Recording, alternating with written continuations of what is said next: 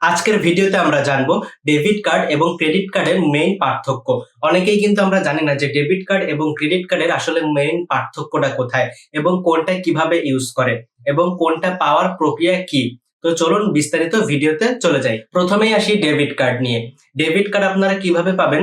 Debit card পেতে গেলে আপনারা যে কোনো একটি ব্যাংকে যেয়ে নরমালি অ্যাকাউন্ট খুলবেন, সেটা হতে পারে সেভিংস অ্যাকাউন্ট বা অন্যান্য যে কোনো ধরনের অ্যাকাউন্ট। অ্যাকাউন্ট খোলার সাথে সাথে কিন্তু আপনি কার্ডের জন্য যদি অ্যাপ্লাই করেন তাহলে ব্যাংক থেকে, এবং অ্যাপ্লাই না করলেও ব্যাংক থেকে আপনাকে বলবে একটি ডেবিট কার্ড নেওয়ার জন্য। তো আপনি ডেবিট কার্ডের একটা ফি থাকে ৫ থেকে ১,০০০ টাকার মধ্যে। সেই ফিটা পরিশোধ করার মাধ্যমে আপনি ব্যাংক থেকে ডেবিট কার্ড পেয়ে যাবেন। এবং ডেবিট কার্ডের কাজ কি? ডেবিট কার্ডের কাজ হচ্ছে মেইনলি, মনে করেন আপনার ব্যাংকে ২০,০০০ টাকা বা ৫০,০০০ টাকা রয়েছে। তো আপনি ওই ডেবিট কার্ডের মাধ্যমে ওই হাইয়েস্ট ওই ৫০,০০০ টাকাই খরচ করতে পারবেন। তার ৳১ বেশি খরচ করতে আপনি পারবেন না। মানে আপনার ব্যাংকে যদি ৫০,০০০ টাকা আপনি জমা রাখেন, তাহলে ওই ডেবিট কার্ড দিয়ে আপনি যেকোনো এটিএম থেকে আপনি ওই ৫০,০০০ টাকাই তুলতে পারবেন। তার বেশি তুলতে পারবেন না, বা যেকোনো জায়গায় কেনাকাটা করতে গেলে ওই ৫০,০০০ টাকার মধ্যেই আপনাকে কেনাকাটা করতে হবে। আপনি আপনার টাকাই খরচ করতে পারবেন কার্ডের মাধ্যমে। এটা হচ্ছে ডেবিট কার্ডের মূল ভিত্তি। তাহলে ডেবিট কার্ডের মূল ভিত্তি কি? যে আপনি আপনার টাকাই খরচ করতেছেন। এখানে আপনি কারো দায়বদ্ধ না। ঠিক আছে? বা কেউ আপনার থেকেও দায়বদ্ধ না। আপনার টাকা আপনি ডেবিট কার্ডের মাধ্যমে যেখানে খুশি সেখানে উত্তোলন বা খরচ করতে পারতেছেন। এটা হচ্ছে মূল বিষয় ডেবিট কার্ডের। এবার আসি ক্রেডিট কার্ডের বিষয়। ক্রেডিট কার্ডের বিষয়, মনে করুন আপনার ব্যাংকে কোনো টাকা নেই, কিন্তু আপনার কাছে ক্রেডিট কার্ড আছে। ঠিক আছে? তো ক্রেডিট কার্ড কিভাবে আপনার কাছে থাকবে? ক্রেডিট কার্ড পাওয়ার জন্য তো কিছু প্রসেস আছে। তো মনে করুন আপনি কোনো বড় বিজনেসম্যান, বা আপনার সাথে ব্যাংকের লেনদেন অনেক টাকার, মানে অনেক টাকার লেনদেন আপনি ব্যাংকের সাথে করেন। তারপর আপনার বার্ষিক ইনকাম সোর্স, তারপরে হচ্ছে আপনার ব্যাংক স্টেটমেন্ট, তারপর আপনি যদি চাকরিজীবী হন তাহলে আপনার সেলারি স্টেটমেন্ট, সবকিছু আপনার ব্যাংকে দেখাতে হবে। ব্যাংকে দেখানোর পরেই কিন্তু ব্যাংক ভেরিফাই করে আপনাকে তখনই ক্রেডিট কার্ডটা প্রদান করবে। ব্যাংক কিন্তু যাকে তাকে ক্রেডিট কার্ড দেয় না। যারা প্রফেশনাল এবং যাদের সাথে অনেক টাকার লেনদেন আছে ব্যাংকে, এবং যারা অতিরিক্ত সুদ বা ইন্টারেস্ট ব্যাংকে পরিশোধ করতে পারবে বা সক্ষমতা আছে, ব্যাংক কিন্তু তাদেরই ক্রেডিট কার্ডটা দেয়। এবার মনে করেন আপনি ক্রেডিট কার্ড পেয়ে গিয়েছেন।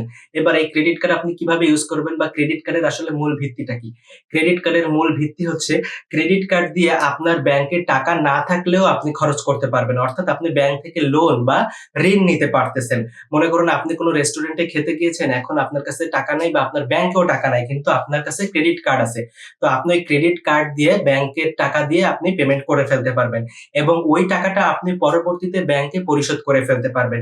কিন্তু ইনস্ট্যান্ট আপনার কাছে টাকা না থাকলেও আপনি খরচ করতে পারতেছেন। এটাই হচ্ছে মূল বিষয়।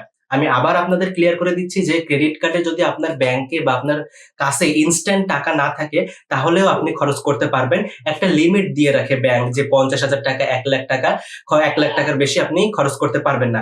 তো ক্রেডিট কার্ড দিয়ে আপনার কাছেও ১,০০,০০০ টাকা নেই, ব্যাংকেও আপনার জমানো ১,০০,০০০ টাকা নেই। কিন্তু ব্যাংকের টাকা আপনি খরচ করতে পারতেছেন।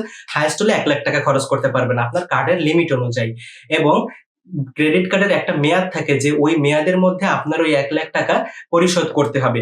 যদি পরিশোধ করতে পারেন তাহলে তো ভালো, আর যদি পরিশোধ করতে না পারেন তাহলে যত দিন যাবে তত কিন্তু ওই টাকার উপরে আপনার ইন্টারেস্ট বাড়বে। এমনকি এই ইন্টারেস্টটা কিন্তু অনেক হাই রেটের হয়। যেমন 20 থেকে 30% পর্যন্ত ইন্টারেস্ট হয়ে যেতে পারে।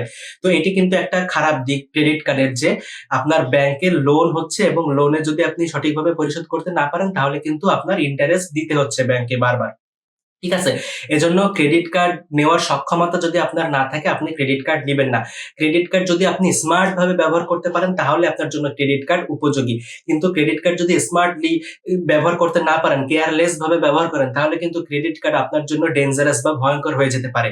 তো সবার জন্য এবং সকলের জন্য নিরাপদ হচ্ছে ডেবিট কার্ড। অর্থাৎ আপনার ব্যাংকে যতটুকু টাকা জমানো আছে অতটুকু টাকাই আপনি যেকোনো জায়গায় যেকোনোভাবে খরচ করতে পারবেন এবং উত্তোলন করতে পারবেন। আবার টাকা জমা রাখবেন, আবার খরচ করতে পারবেন।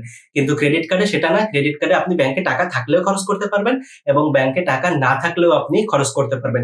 এবং ক্রেডিট কার্ডের অনেক সুবিধা আছে, যেমন বাইরের দেশে যদি আপনারা ঘুরতে যান বা যেকোনো কাজের ক্ষেত্রে যদি যান, সেখানে আপনি ইচ্ছামতো টাকা তুলতে পারবেন আপনার কার্ডের লিমিট অনুযায়ী।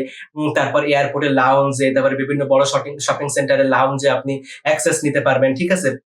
তো এগুলো ক্রেডিট কার্ড থাকলে করতে পারবেন। ডেবিট কার্ড দিয়ে কিন্তু এয়ারপোর্টের লাউঞ্জ বা বড় শপিং মলের লাউঞ্জে আপনার হচ্ছে অ্যাক্সেস নিতে পারবেন না। তো মেইন পার্থক্য হচ্ছে যে আপনার ক্রেডিট কার্ড দিয়ে আপনি টাকা না থাকলেও খরচ করতে পারবেন এবং ডেবিট কার্ডে আপনার যতটুকু টাকা আছে ততটুকু টাকা দিয়ে আপনি ব্যবহার করতে পারবেন। কিন্তু ক্রেডিট কার্ডে আপনি যতটুকু টাকা উঠাতে পারবেন ততটুকু টাকা কিন্তু আবার ব্যাংকে ফেরত দিতে হবে বা ব্যাংকে আবার আপনার দিয়ে দিতে হবে, ব্যাক দিয়ে দিতে হবে, লোন হিসাবে দিয়ে দিতে হবে। তো ক্রেডিট কার্ড হচ্ছে আপনার লোন সিস্টেম আর ডেবিট কার্ডে কোনো লোন সিস্টেম নেই। এটাই হচ্ছে মেইনলি পার্থক্য। তো আশা করি আপনারা ভালোভাবে বুঝতে পেরেছেন। যদি বুঝতে না পারেন তাহলে কমেন্ট বক্সে জানাবেন যে কোথায় বুঝতে অসুবিধা হয়েছে এবং যদি ভিডিওটি ভালো লাগে তাহলে লাইক দিতে ভুলবেন না এবং চ্যানেলটি সাবস্ক্রাইব করে পাশে থাকতে কিন্তু ভুলবেন না। অবশ্যই চ্যানেলটি কিন্তু সাবস্ক্রাইব করতেই হবে এবং ভিডিওটি কেমন লেগেছে অবশ্যই কমেন্টে নিচে জানাতে ভুলবেন না। আজকের মতন এখানে আমি বিদায় নিচ্ছি রোহান। আল্লাহ হাফেজ।